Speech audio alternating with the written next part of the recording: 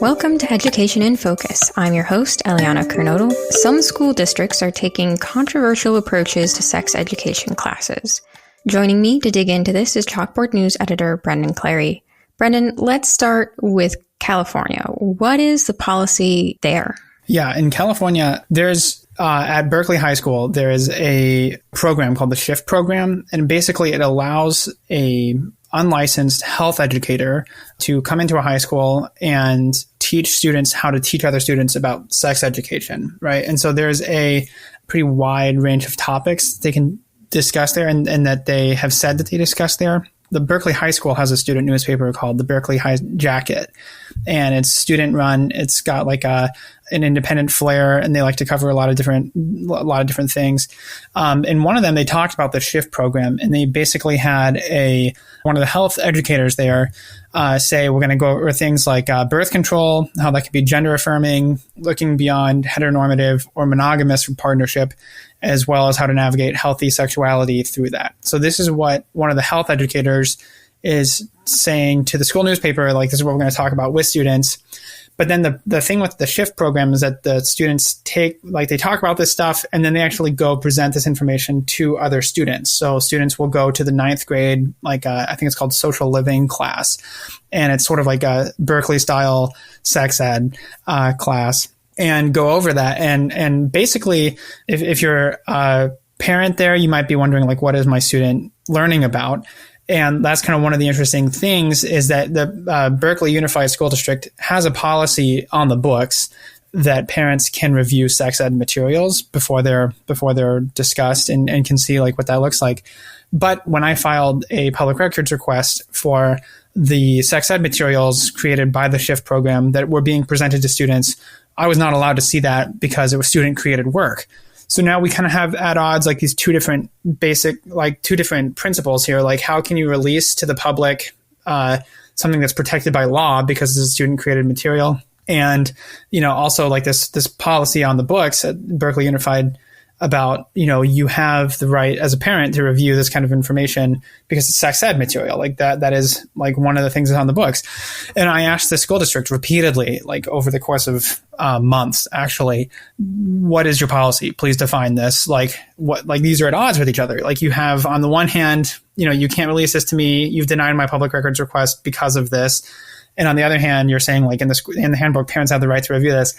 And I got no response at all. So that's one of those things that, as frustrating as like, how do you take that to the next level of like accountability, right? How do you push them and say like, we need answers because you're a public entity and we're trying to figure this out for parents, anybody who's concerned about this kind of thing. So we'll keep following up on that and see what we can find. But essentially that's kind of what is at odds there, right? Is you have like a program, and these are, I should mention, these educators are being paid by a federal agency called AmeriCorps. So it's like they have like a bunch of different kinds of places where they'll pay and it's not very much, but it is like enough maybe to live on. It's like a stipend, and it's kind of like a volunteer sort of thing that you're paid for, but to do like work in different kinds of cities and different kinds of, areas in health or, in this instance, like education. So these are like federally paid employees who are in Berkeley High School as part of the SHIFT program, where they're telling students about these different kinds of, things like polyamory and gender identity and birth control. And then the students are taking that and then teaching other students. And in a kind of a similar but different scenario, Chicago has brought in some of these AmeriCorps instructors to teach sex ed classes as well. Can you tell us more about that? Yeah, that's absolutely the case. So it's a similar kind of thing at AmeriCorps.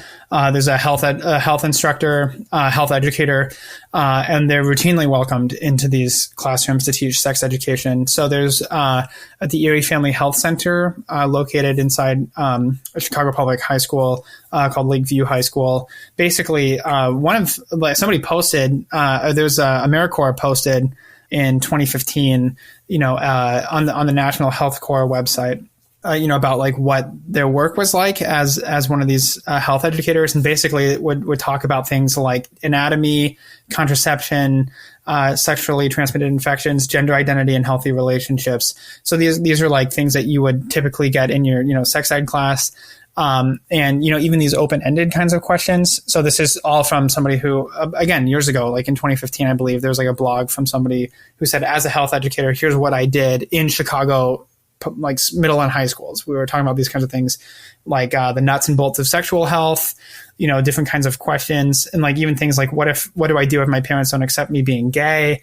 When is it okay to have your first kiss? How can you prepare yourself for, the next step, those kinds of things. And, this educator, Emily Marks, said, I would still try to answer these kinds of questions. And I think, you can have like, okay, should teachers answer these kinds of questions? I think that that's a debate that a lot of people are having, right? That's like one of the kind of age-old questions is like, how far should sex education go at schools, right? When do we teach kids sex ed? How far do we take some of these issues? Like, should it be comprehensive? Should it be like the bare minimum? Like how do we sort of balance like the family values versus like the governmental, maybe like a government public health sort of lens of like, we need to have like every student, regardless of whether they have like family supports or not, should have like this kind of information. So I think that's sort of the tension that we've seen a lot of in recent years, like a lot of different school board meetings, and you have a lot of divides. And I think that's usually sort of on a political spectrum, but not necessarily, right? I think a lot of, there's been a lot of debate about that. And I don't think that that's going to end anytime soon. But that's sort of the question that this kind of brings up is, if you have people who are coming in, and again, as in Berkeley, these Chicago schools, like that information was not available for public records requests because it was like a different, it was course material. So that's protected by Illinois public records law, is that if it's course material or research materials, like that's going to be exempted from the state's public record law. And so it's like one of those things that it doesn't really come out necessarily. And maybe parents could ask for that. If you are a parent, I couldn't do that as a journalist and ask about that kind of thing. But it does, again, kind of bring up these questions. And the law does allow for unlicensed guest speakers. So that's another thing specific to Illinois.